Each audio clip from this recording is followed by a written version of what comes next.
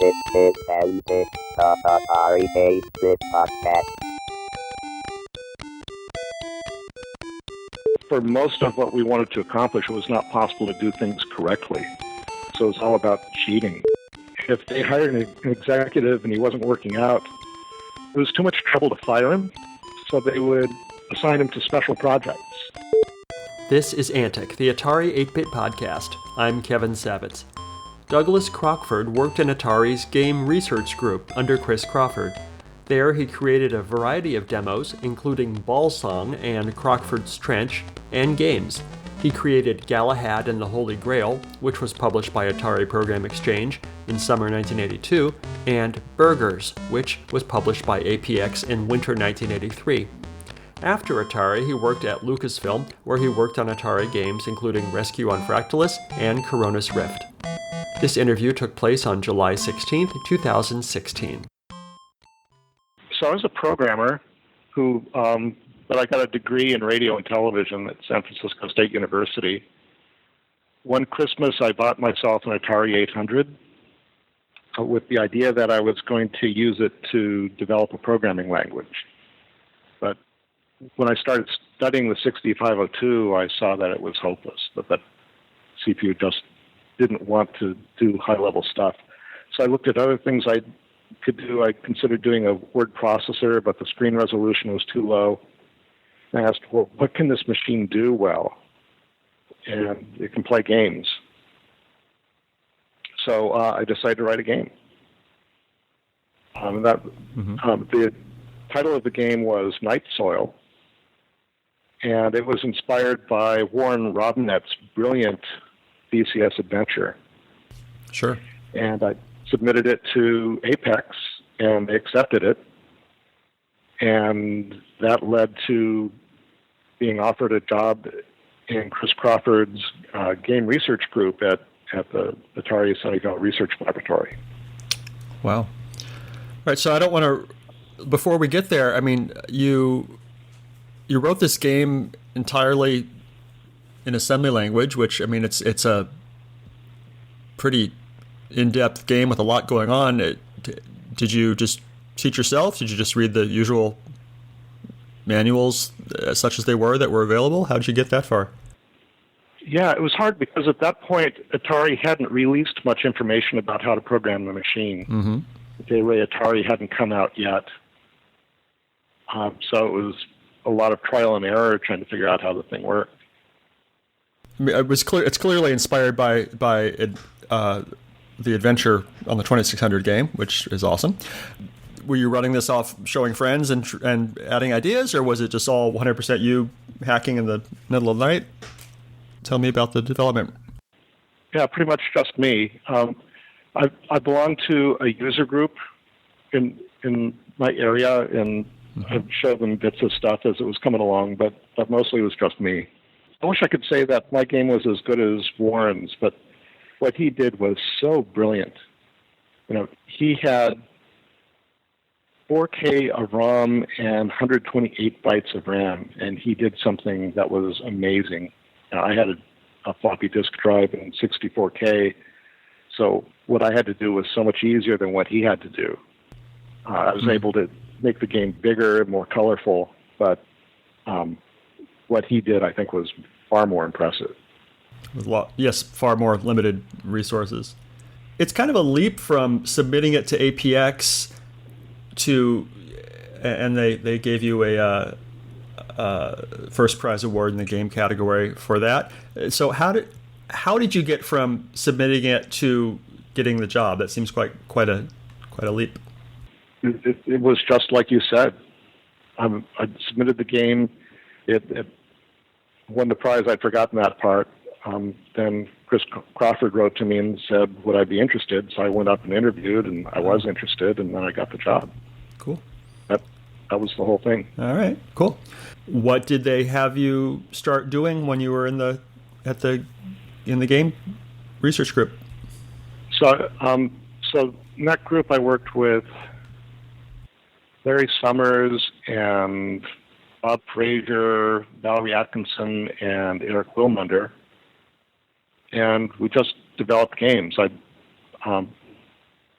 spent a lot of time trying to figure out how to do a Star Wars game on the 800 and managed to get a little trench thing going on. And it used up the entire machine just doing that, so there wasn't enough capacity left to do a game, but it was an interesting demo, so that got passed around for a while. In fact, I turned it into a music game. And other people were working on different things, and we would consult on each other's stuff. I've seen Crockford's Trench floating around there, which is really a neat demo. I was trying to figure out how to do a trench, and it's cheating all over the place, but it was an effective demo.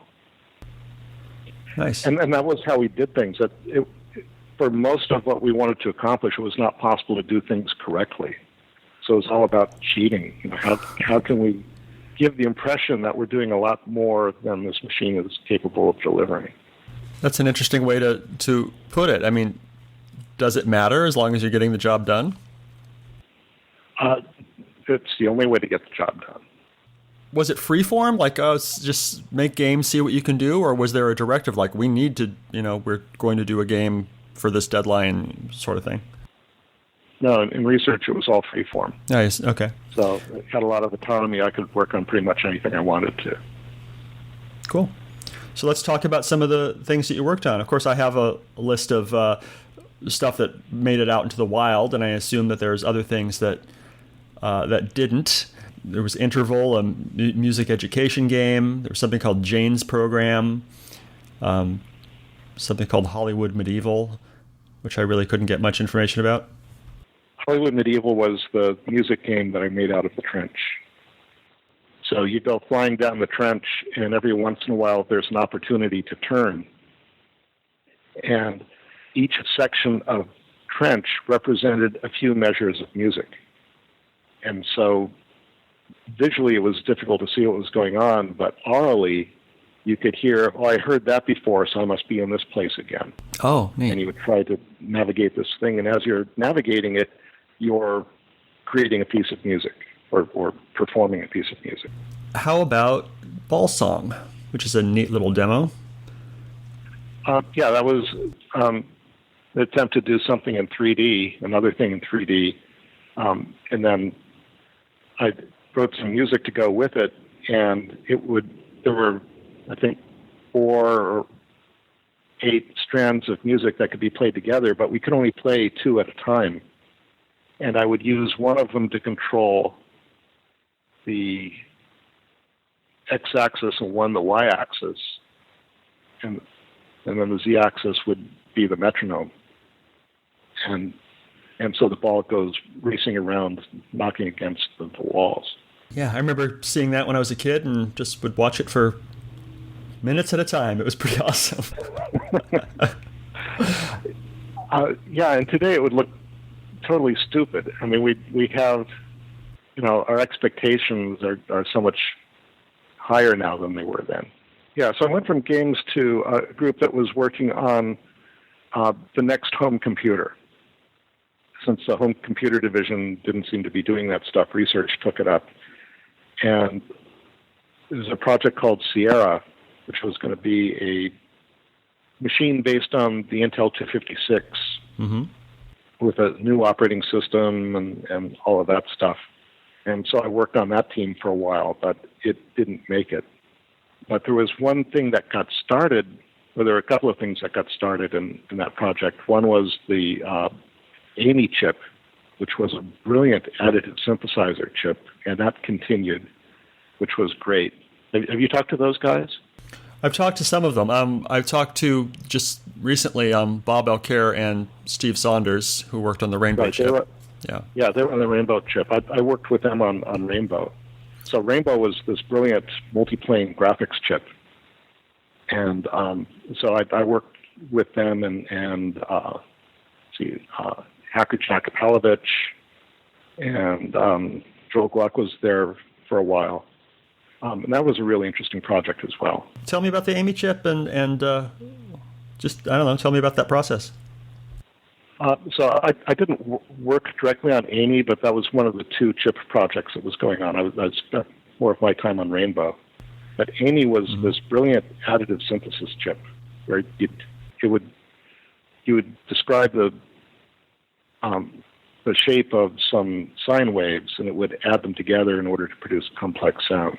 And it was brilliant. And my biggest regret about our time at Atari was that those chips didn't get out.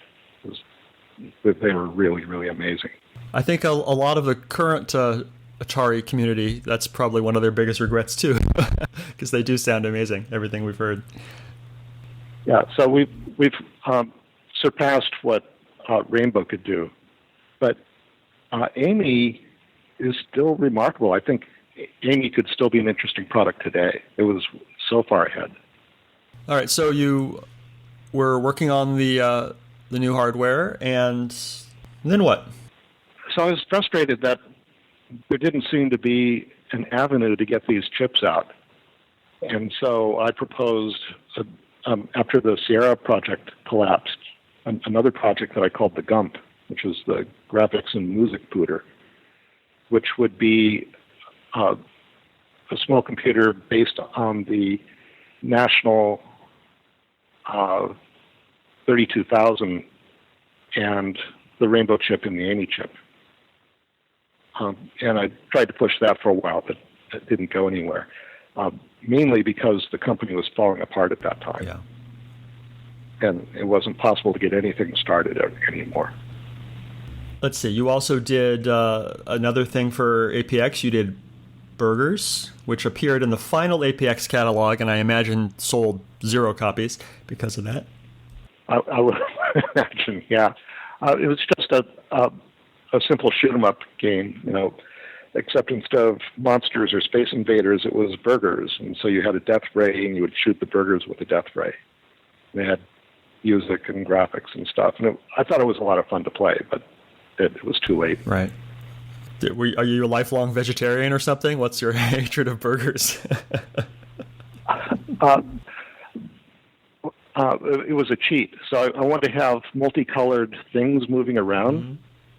But the only way we could get multicolored stuff was to have stuff split horizontally, right? Because of the way we could do line interrupts and change colors. So burgers, there's a bun, and there's condiments, and there's a meat layer, and then another bun layer. So, it makes sense for the stratification of colors. Sure, that makes total sense. Just like a burger. What else? What other things did you work on? So I did Interval. Interval was an ear training program. So one of the things that Pokey could do was you could take 2 Pokey generators and put them together so that you could have 16-bit counters instead of 8-bit counters, so you could get much finer frequency control. And so I used that to make an ear training program where we'd play 2 tones, and you would have to determine if that was a perfect fifth or a minor second or whatever. And so the intention of that was to train musicians. And we had music seminars at the lab where musicians would come in and they'd talk about music, and we'd talk about technology, and there'd be this interesting exchange. And they seemed to be very interested in the Interval program. Are you a musician? Because you did a lot of music-y things. Yeah. I was in the orchestra in high school, and I was in bands afterwards. I don't do it so much anymore, but at that point I still was. I was writing a lot of music then. Fun. Let's see, did we talk enough about Rainbow? I felt like we kind of maybe glossed over that a little bit. I don't want to leave any stone unturned. So the nice thing about it from a programmer's perspective is that it does the multi-window thing perfectly.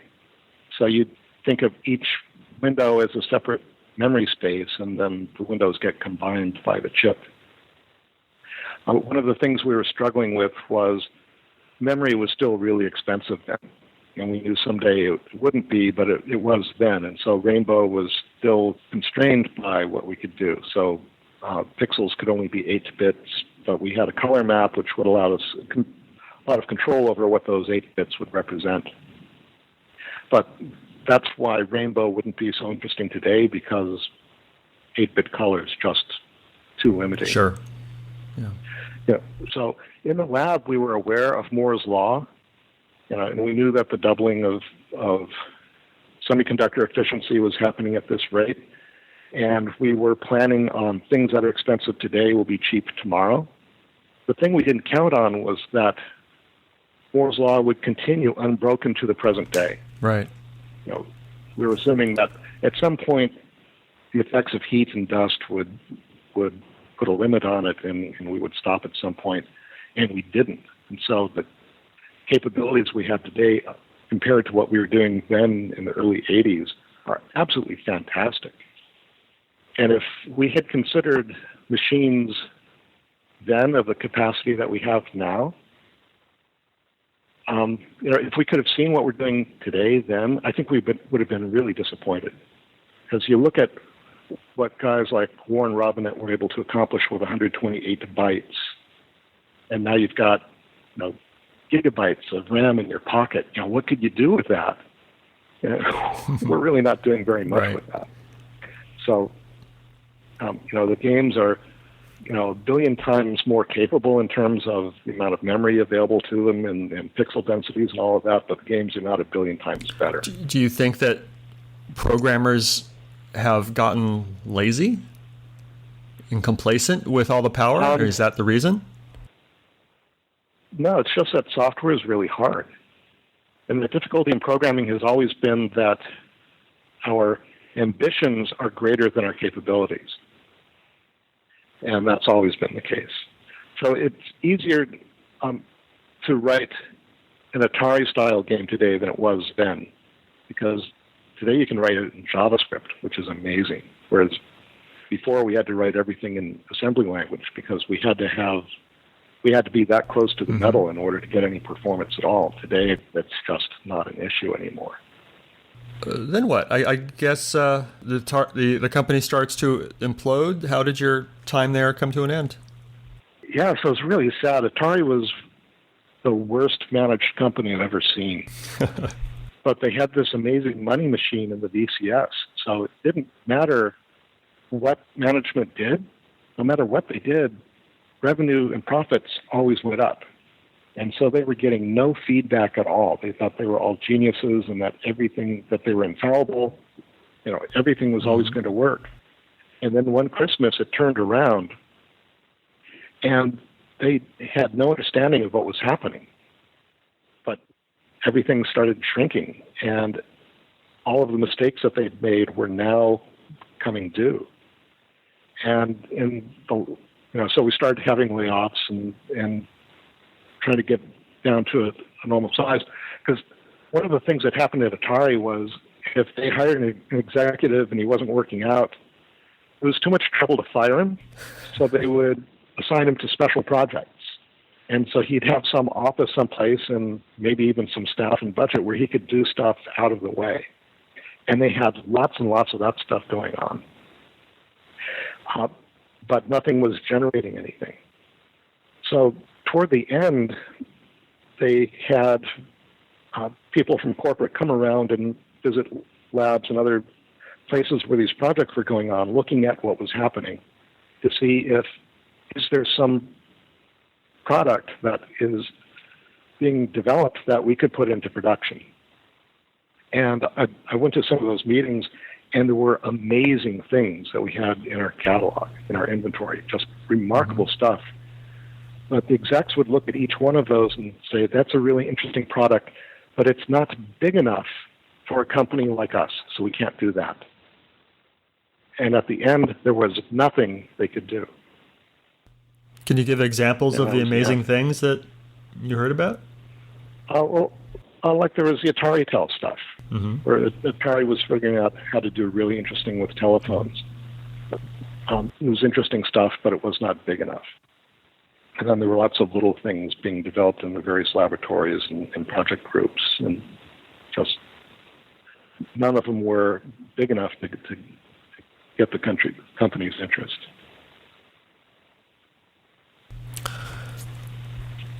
So were you laid off? Did you quit? I was kept until the very end, and then the company was sold to Tramiel, and at that point, I was let go. So, and I remember when it happened, there was this wonderful guy, John Decima, who was one of the managers of the lab, and toward the end, his job became head of dismissals. So he would go around and tell people this is the end. And there were a bunch of us sitting around talking about things, and he came and said, well, I need to talk to you guys. Should I talk to you in private? And we said, no, just tell us all, because we're tired of that stuff. And he pointed at me and another guy and said, you're laid off. And then he pointed at Jack Palovich and said, but you're staying. And we all laughed at Jack. Just because he had to stay? Yeah, because he was staying. Yeah. We were glad to finally be going. It got really unpleasant toward the end. It's unpleasant in a sinking ship sort of way? Yeah, exactly. That we had all sorts of ideas for how we could save it, but the company was not interested in saving itself, so it was really, really frustrating. Yeah. What were you working on there at the end when you were laid off? I was working on the Gump at the end. So I assume that didn't get beyond just paper, just ideas. Yeah. That's right.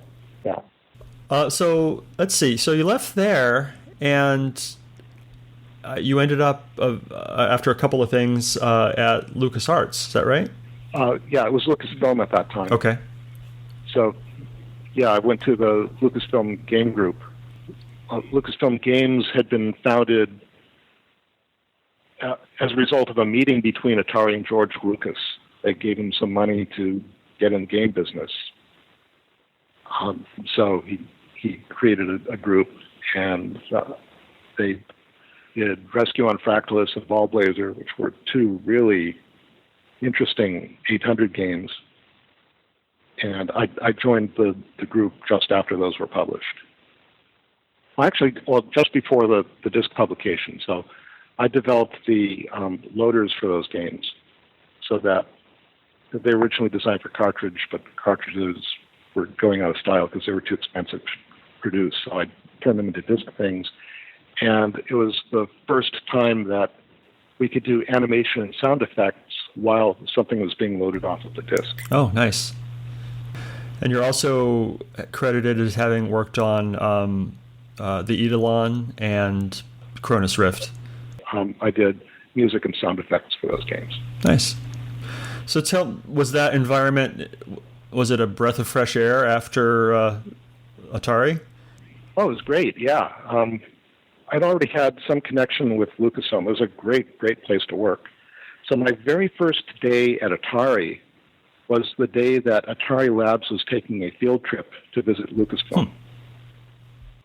So got to work. We all got on a bus, and we drove up to Marin, and we met with Ed Catmull and Alvy Ray Smith and all the brilliant, brilliant people who were at LucasFilm Research in the computer division. And they were absolutely amazing. It was the best R&D operation I have ever seen.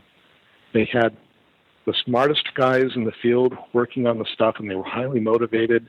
They were doing brilliant work. They were doing it on the cheap, and there were immediate applications for everything they were doing. I'd never seen anything that was so well managed and focused.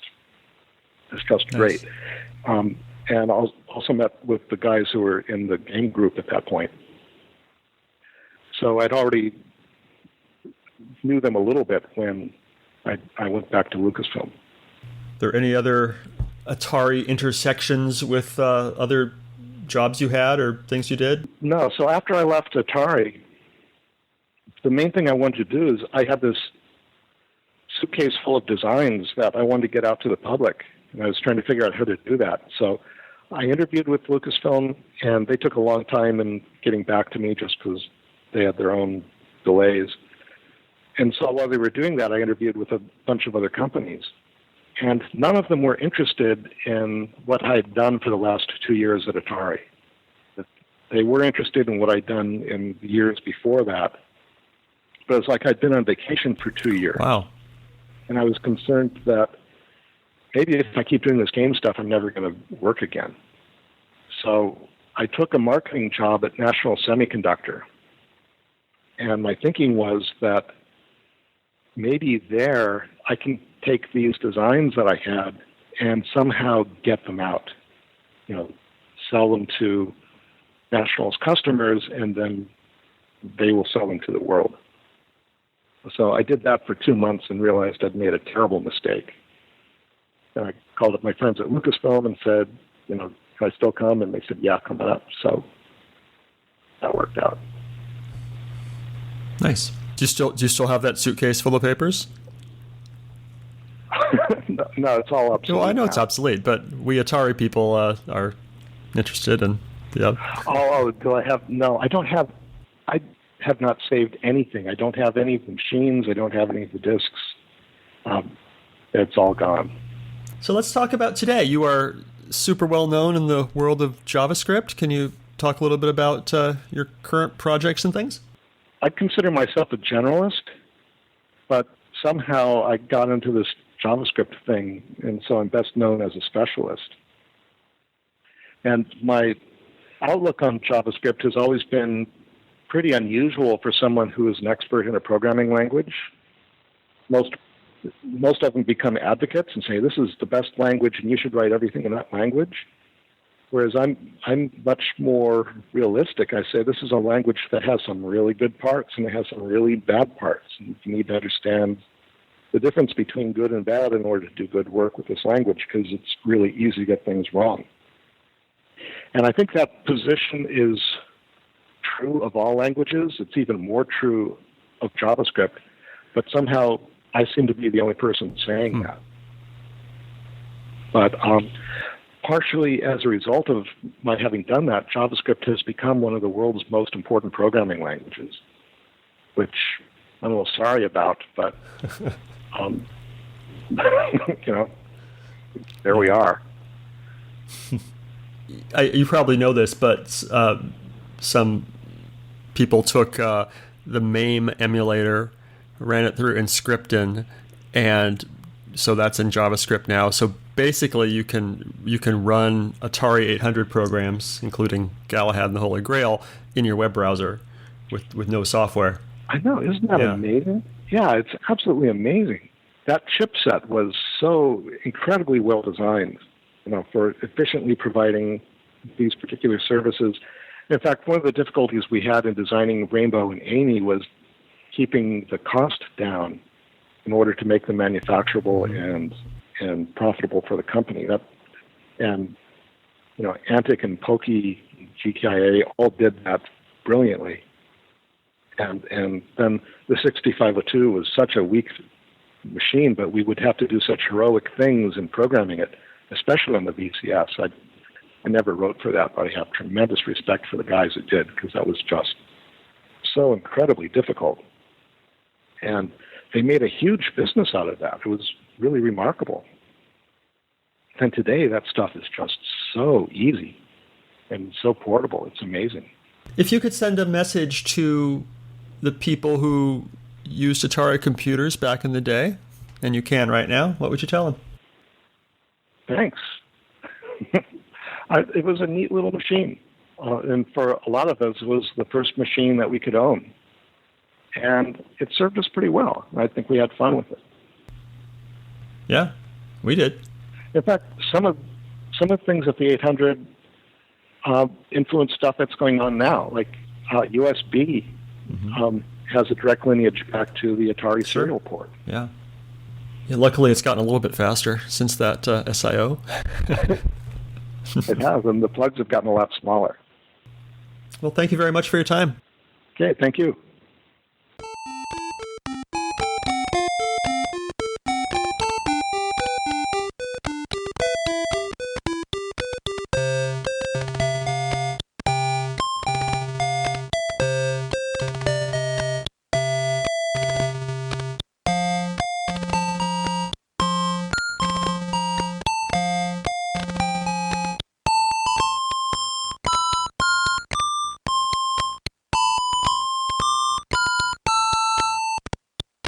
If you enjoyed these interviews and would like to contribute something, I encourage you instead to donate to one of our favorite organizations, the Internet Archive, at archive.org.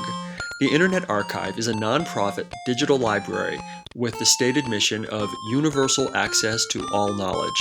They've done incredible things to preserve computer history, including hosting thousands of programs in an in-browser Atari emulator, creating the Wayback Machine, and offering full-page scans of countless Atari computer books and magazines. Make your tax-deductible contribution at archive.org/donate.